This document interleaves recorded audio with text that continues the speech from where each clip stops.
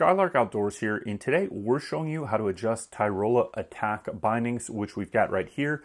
These are the fixed mount ski bindings. Now, we've got another video that shows you how to adjust Tyrolia Attack demo bindings, but these are Tyrolia Attack 11. However, they're going to work for Tyrolia Attack 13 bindings and all the other lineup of fixed Tyrolia bindings that are on a ski. So let's get started showing you how to adjust these Tyrolia ski bindings. So the first thing we're just going to go with a little bit of an overview. You've got your rear din, which is set right here via a screwdriver, and then you've got your front din, which is set actually right here. And then there's one other screw that's in the front, and that screw is going to set the AFD height adjustment as well. Now, there's one last thing that a lot of people don't know about with these that you do need to know when you're going through and adjusting your Tyrolia ski bindings. You have your forward pressure indicator, which is right here. It's this tab. I don't know if you'll be able to see it. We'll pull it up. It is this tab right here, and that's actually one of the most important parts of this whole thing. Now, before we get started doing all this, please give us that thumbs up, subscribe, and click any links below if you want to support us. We've got a Patreon. We also have a buy us a coffee option, so that always does help the channel. Now, if you don't understand what din settings are, I recommend you go to a professional ski shop, or if you don't feel comfortable doing this, this is for entertainment purposes only. However, if you want to know how to adjust your Tyrolia Attack bindings and you aren't going to go to a ski shop, we'll show you the way to do that. So the first thing we're going to do is adjust our forward din. Right now this is set on 5, so we're just going to go ahead and we'll turn this down to 4, and down is going to be going counterclockwise. So we're just going to turn this until we get to 4. Let's see. Okay. Counterclockwise. We are at 4, pretty much right there.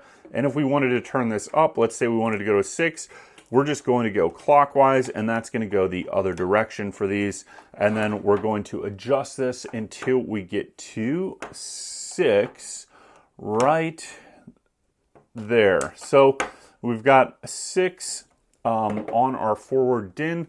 And then what we need to also do is adjust our rear din. You always want to have your forward and rear din matching. And din is based on your height, your weight, and your skier style, and your age.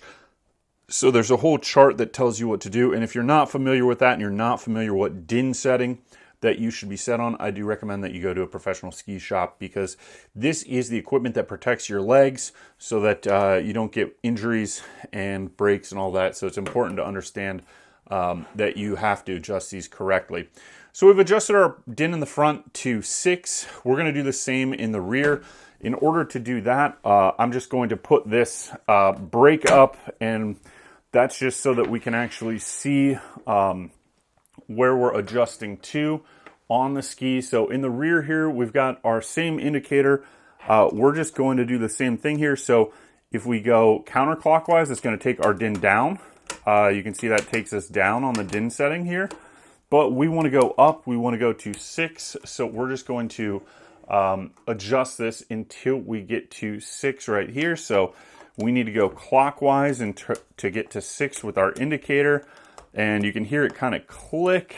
There we go. Now we are on 6. That white line is aligned with the 6 number. So we've got our forward din and our rear din adjusted perfectly on the Tyrolia Attack ski bindings. What do we need to do now? 2 things. We need to adjust our forward pressure on the boot, which is back here, and we need to check our AFD, which is the height of this and how it indexes underneath the boot. So what I'm going to do for this, we have to do that with the boot on. So what I'm going to show you how to do is to adjust the forward pressure. To adjust the forward pressure on the boot, first we need to be able to release this. In the forward pressure, if you get a new ski boot and or just seasonally, you should check this to make sure it's correct. So different ski boots, even though they may be the size on your foot, they can have different lengths in the boot. So I actually had a pair of ski boots. I got a new pair, and I did need to adjust the overall dimension of the ski boot and the binding here. So that meant I had to adjust the forward pressure indicator is what they call it. However, this is also how you adjust the length of your ski boot. So this is on a rail and it slides. So we need to flip up this forward pressure indicator, and I just use a pair of pliers or something to pry it on, as well as a screwdriver. So what I'm going to do is flip this all the way up. You're going to hear it and feel it click, and then that releases this binding, this rear binding back here, so that you can adjust it on the rail to get the proper length for your ski boot. So it adjusts the length here, as well as it's going to indicate that you have the proper forward pressure. So what you want to do then is we're going to zoom out, and I'll show you this a little bit better view with the boot itself.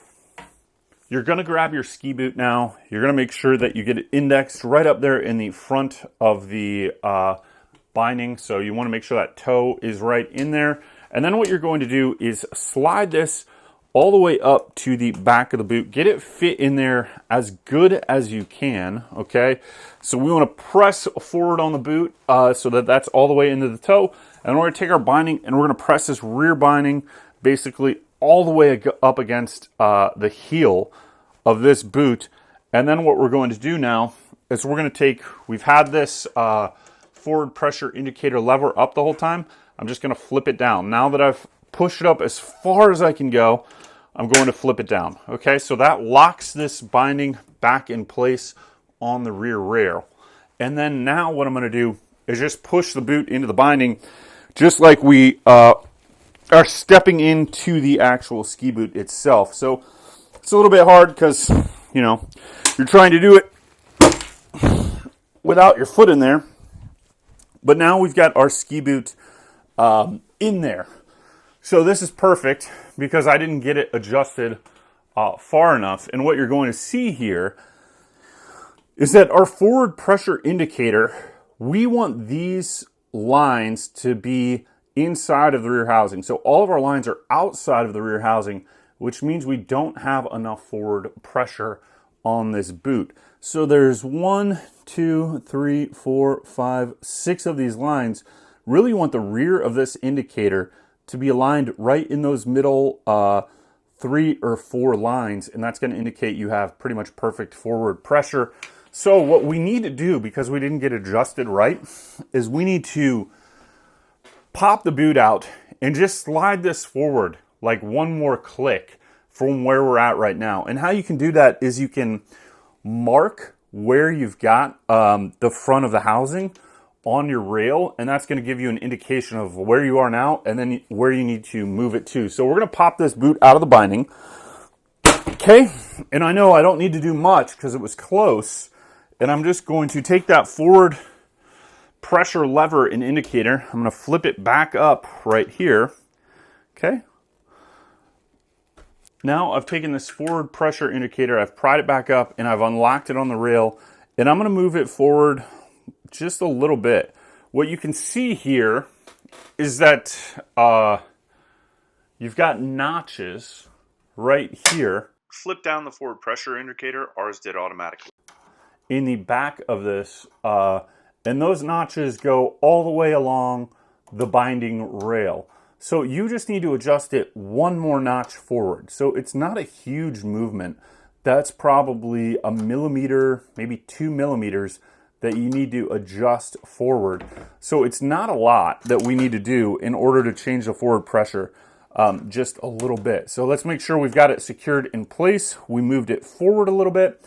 Now let's see how our boot will do when we put it back into the binding here.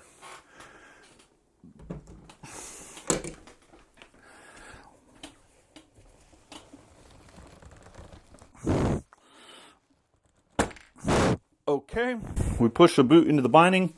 Let's take a look at our forward pressure indicator and where we're at. So this is pretty much perfect. We are, the back of the housing aligns with the number 2 and 3 indicator marks, so pretty much just about in the middle. And all we had to do was move it forward basically 1 notch on this rail. That's all we did. Just a couple of millimeters forward, and that got our forward pressure correct. So now we've adjusted the DIN on our Tyrolia Attack Ski Binding. We've adjusted our forward pressure. We've got one last thing that we need to check, which is our indexing of the ski boot in our AFD. So now all we have to do is adjust the AFD piece, and what the clearance is for the AFD, that's the clearance between this plastic piece here and your boot, and it is a 0.5 millimeter clearance, which is approximately the size of a business card. I can see from this one it's pretty close, and one thing to note is that the geometry of the boot and how it sits in the binding is slightly uneven. That's just manufacturing the boot, everything over time. But if you can slide the business card in super easily, it probably needs to be adjusted so it's a little bit tighter. So that would mean you want to bring up the AFD piece. Right here, what we've got is that it's tighter on the one side, so it's probably proper clearanced on this side, but not on this. However, with the AFD adjustment, it only brings the entire thing up. So we're pretty close, and this is a thinner business card than like a typical stock. So I could maybe make it a little bit tighter. It's not going to be that big of a deal, but you can see we're pretty darn close in that clearance. So in order to adjust the AFD clearance, what you've got is a screw right here. If you want to make less clearance, so make the gap smaller and get it to that 0.5 clearance, you're going to turn this screw right here. Just take a Phillips head screwdriver and you're going to screw in clockwise. That's going to reduce the amount of clearance we have. And if we need to go and make more clearance, we're going to go counterclockwise, and that's going to make more clearance. So for that one, we were pretty darn close. We're just going to put it in clockwise, maybe like another turn, and then we're going to check our business card. Just visually looking at it, we're pretty darn close there. There might be a little bit of a geometry here where we don't have quite that clearance, but the card goes in and out, no problem. It's not too easy to get in there and not too easy to get out. And this is just a little thinner business card than most. So we are probably right at that 0.5 clearance right there. Looks pretty good. I'm going to give it one more, let's see, half turn just to make sure we're really good there. And that is pretty much all we've got for how to adjust your Tyrolia Attack Ski Bindings, which you've got right here. These are the Tyrolia Attack 11 ski bindings. Once again, these are not demo bindings, these are the fixed bindings, but these instructions will also work for the Tyrolia 13 and the rest of the lineup of Tyrolia ski bindings or Tyrolia Attack ski bindings that are a fixed direct mount to the ski. We've got another review on the Tyrolia ski bindings. These are pretty much what I run on a lot of my stuff. I like them just because of the ease of getting in and out. They've always been reliable for me. And I haven't had any pre-releases on these, and they have released when I have wanted them to release. But make sure that if you're watching this video, you're not familiar with what DINs are, you are not comfortable with setting them, you don't know all the science and math behind that and what you need to have your DINs properly set to, go to a ski shop and make sure you get the correct adjustments. They're going to know exactly what you need to do there.